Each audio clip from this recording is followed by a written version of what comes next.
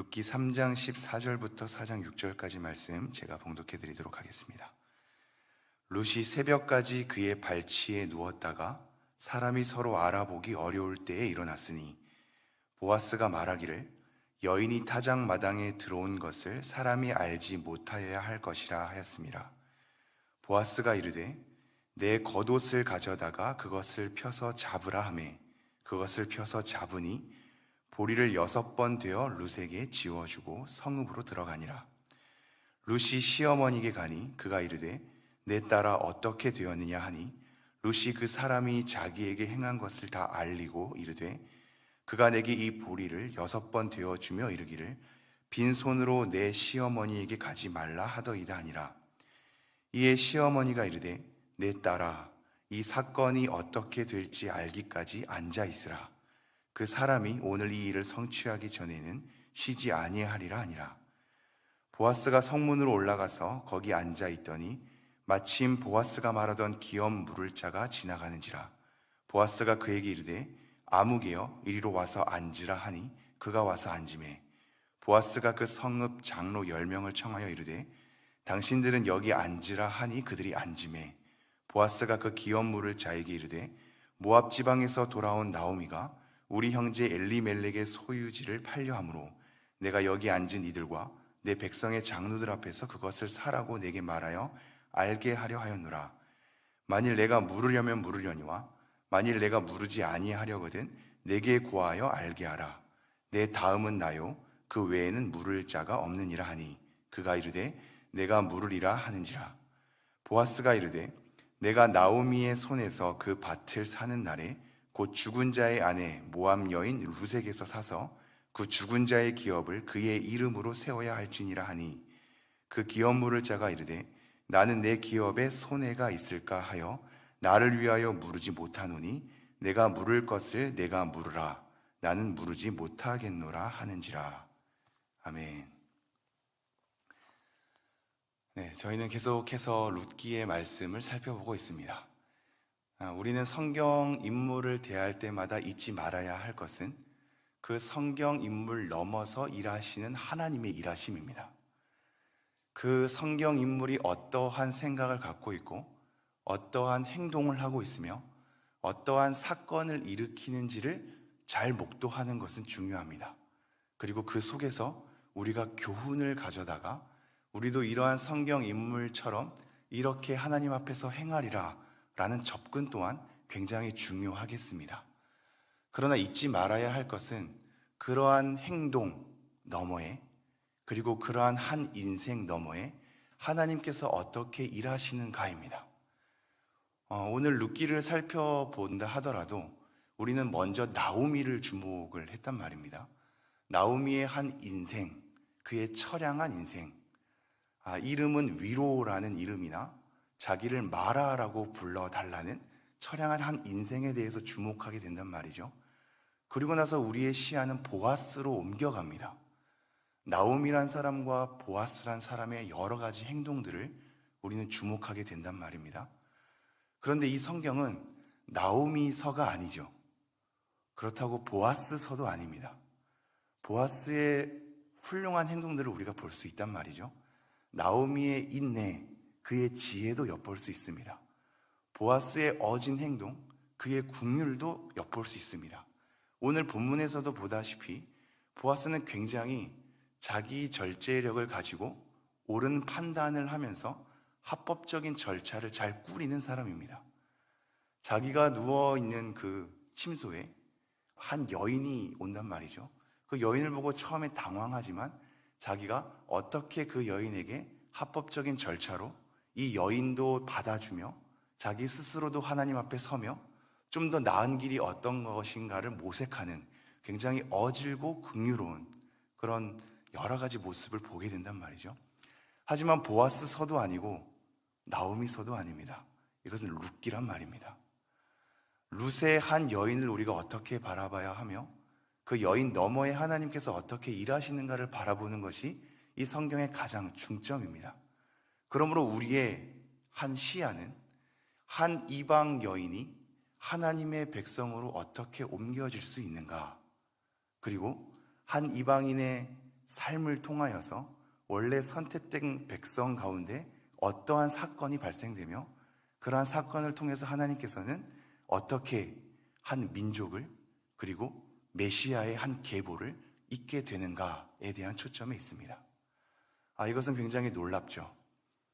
한 보잘것없는 인생을 하나님의 한 백성으로 어떻게 맞아들일까에 대한 문제와 그를 통하여서 예수 그리스도의 구속의 은혜가 한 계보로서 어떻게 펼쳐지는가를 우리가 주목할 수 있는 말씀이란 말입니다. 이것은 오늘날 우리에게 어떻게 적용될 수 있냐면 사실상 우리 모두도 다 이방인 아닙니까?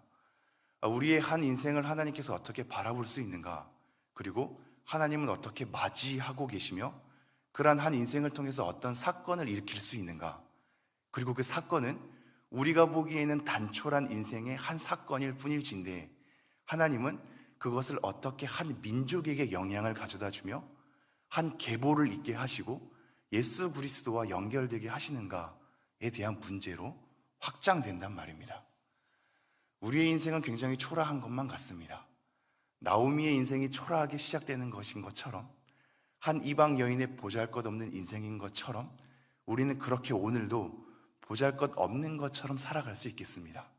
아무도 알아주지 않고 큰 행동을 할 것 없는 것처럼 오늘도 그렇게 주어진 하루 하나님 앞에서 살아갈 것입니다.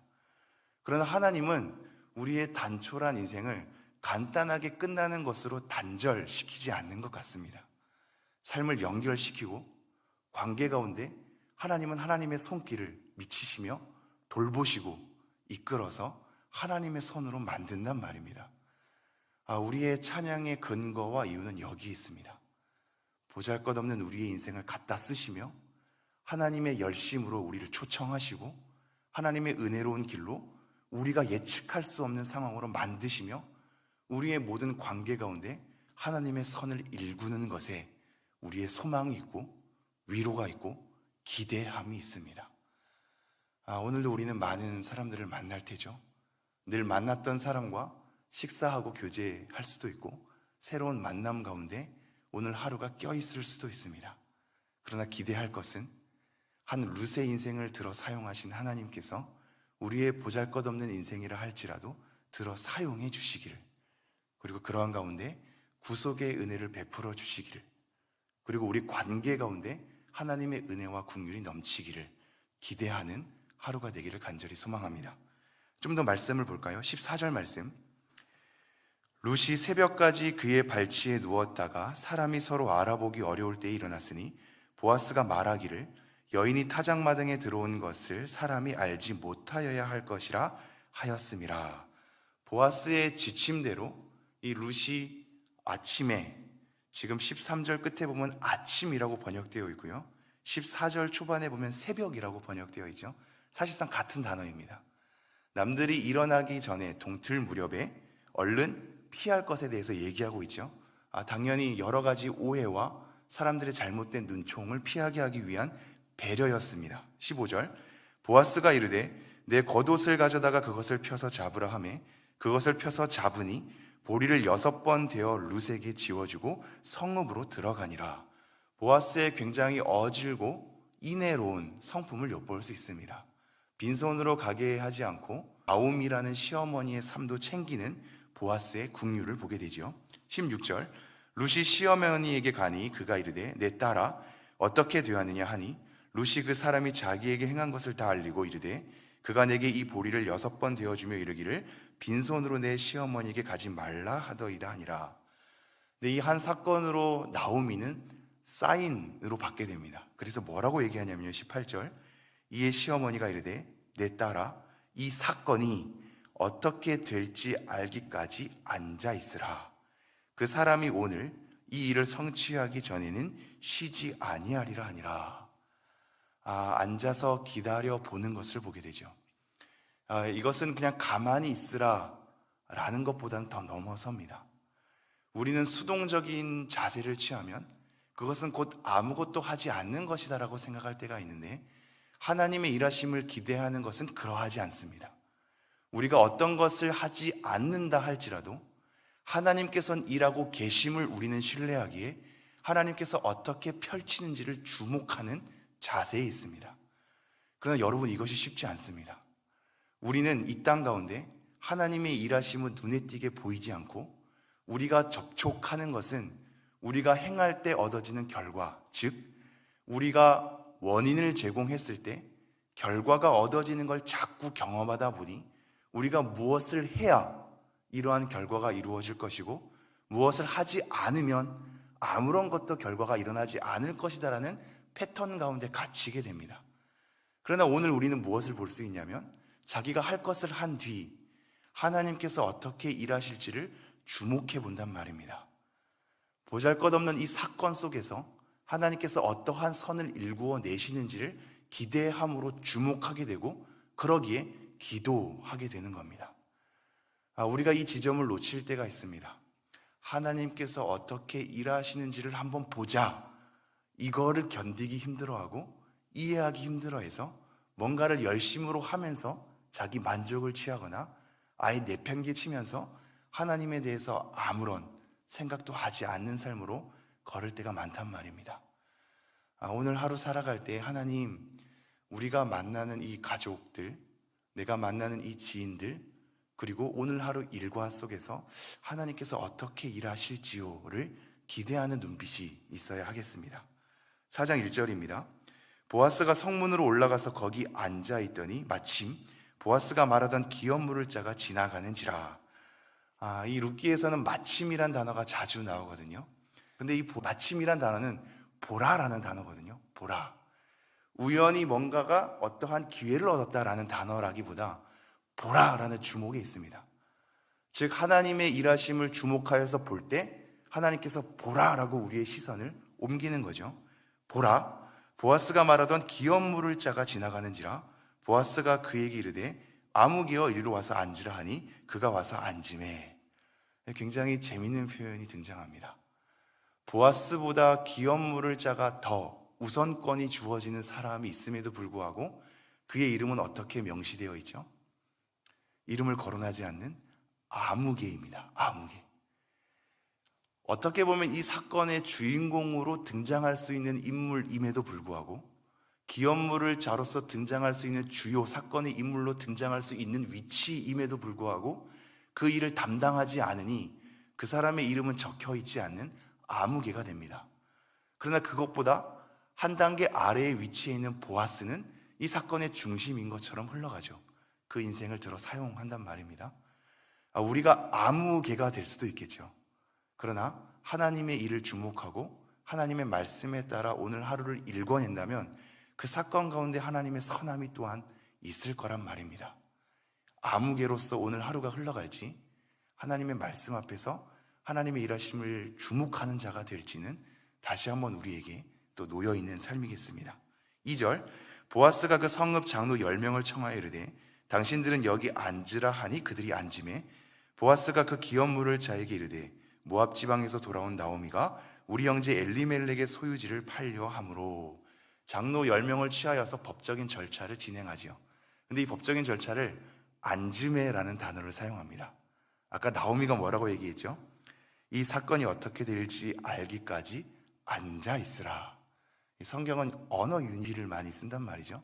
그 앉아있는 하나님의 일하심을 기대하는 앉음에서 법적 절차를 밟는 앉음으로 옮겨진단 말이죠. 그러면서 4절, 내가 여기 앉은 이들과 내 백성의 장로들 앞에서 그것을 사라고 내게 말하여 알게 하려 하였느라. 만일 내가 물으려면 물으려니와 만일 내가 물으지 아니하려거든 내게 구하여 알게 하라.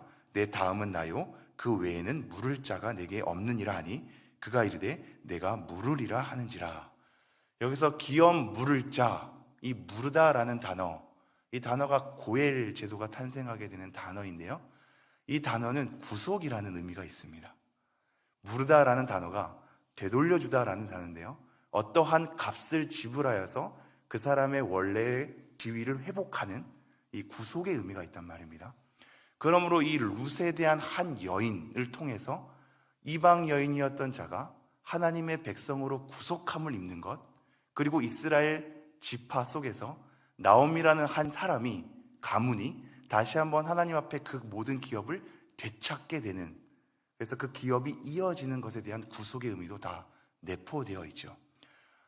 우리도 이러한 구속함을 입은 것이고 한 이방 여인인 룻도 그러한 구속함을 입은 것이고 나오미가 있는 이 가문 또한 그러한 구속함을 입은 것입니다.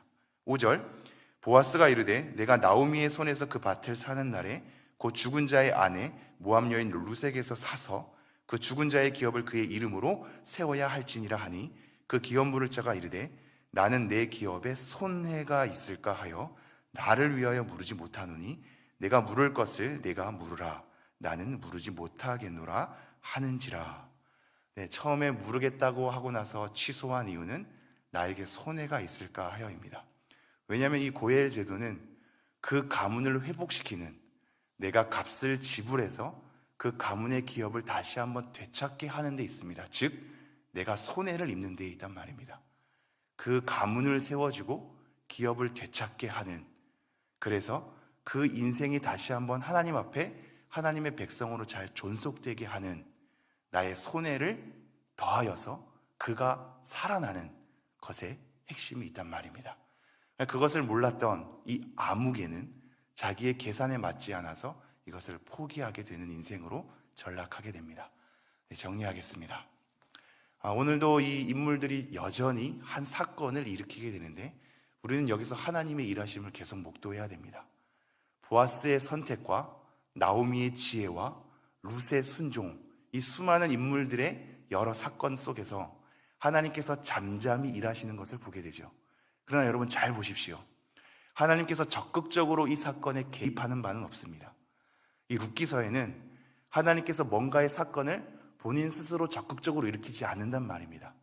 뭔가 기다리고 바라보는 방관자처럼 등장합니다. 그래서 여러 가지 하나님에 대한 언급을 보면 여호와께서 이러이러하게 하기를 원하노라 라는 문구로 등장합니다. 이게 앞과 뒤에 굉장히 많이 등장하거든요. 우리처럼 말이죠. 하나님 이렇게 하기를 원합니다. 하나님 오늘 하루 도와주십시오. 뭔가 하나님께 도움을 간청하고 하나님은 우리를 돌보시는 측면에서 적극적으로 무언가를 우리 안에서 일으키지 않는 것만 같은 우리의 인생이 룻기서의 고스란히 담겨져 있습니다. 그러나 하나님은 일하시고 그 관계 가운데 사건을 일으키시며 그들의 사건 가운데 개입하셔서 결국은 기업 물을 수 있도록 이 삶을 인도하는 것을 보게 되고, 한 보잘것없는 이방 여인이 하나님의 한 백성 그리고 그리스도의 계보를 잇는 한 인생으로 하나님께서 들어 사용하는 것을 보게 됩니다. 오늘 하루도 우리는 하나님 안에서 살아갑니다. 하나님이 적극적으로 우리 인생에 개입하지 않는 것 같을지라도 하나님의 섭리 가운데 여전히 우리의 인생을 들어 사용하고 계십니다. 아무개처럼 살지 말고 하나님 앞에 말씀을 기억하면서 인내하시고 관계를 맺고 다시 한번 소중히 이 하루를 생각하면서 하나님의 기쁨 가운데 이 하루를 일궈내시는 여러분 되기를 간절히 소망합니다. 기도하겠습니다. 하나님, 오늘도 이 말씀을 통해서 하나님을 기대하게 하심을 감사합니다. 우리가 기도할 때에도 여전히 하나님은 움직이지 않는 것만 같고, 우리가 기도하고 돌아가서 우리의 일상을 살아갈 때도 하나님은 개입하지 않는 것만 같아서 우리가 쉽게 체념하거나 낙담하거나 우리의 인생에 열심을 사용하지 않을 때가 많이 있나이다. 하나님, 오늘 말씀을 통해서 여전히 하나님은 선하시며 인자하시며 신실하시는 것을 보게 되나이다. 보잘것없는 우리 인생도 주목하시고 오늘 하루도 만나는 그 만남 가운데 하나님은 여전히 선을 베풀시기를 원하는 것을 보게 됩니다. 하나님, 오늘 이 말씀을 기억함으로 오늘 하루를 소중하게 일궈낼 수 있도록 우리를 인도하여 주시옵소서. 우리의 갖가지 사건 가운데 하나님께서 사랑으로 일으키셔서 오늘도 이 하루를 들어 사용하여 주시고 하나님의 나라의 완성으로 걸어가는 이 과정 가운데 우리 모두가 하나님의 영광을 위해서 살아갈 수 있는 이 하루가 될 수 있도록 은혜와 사랑을 베풀어 주옵소서. 이 모든 말씀 우리 주 예수 그리스도 이름으로 기도합니다. 아멘.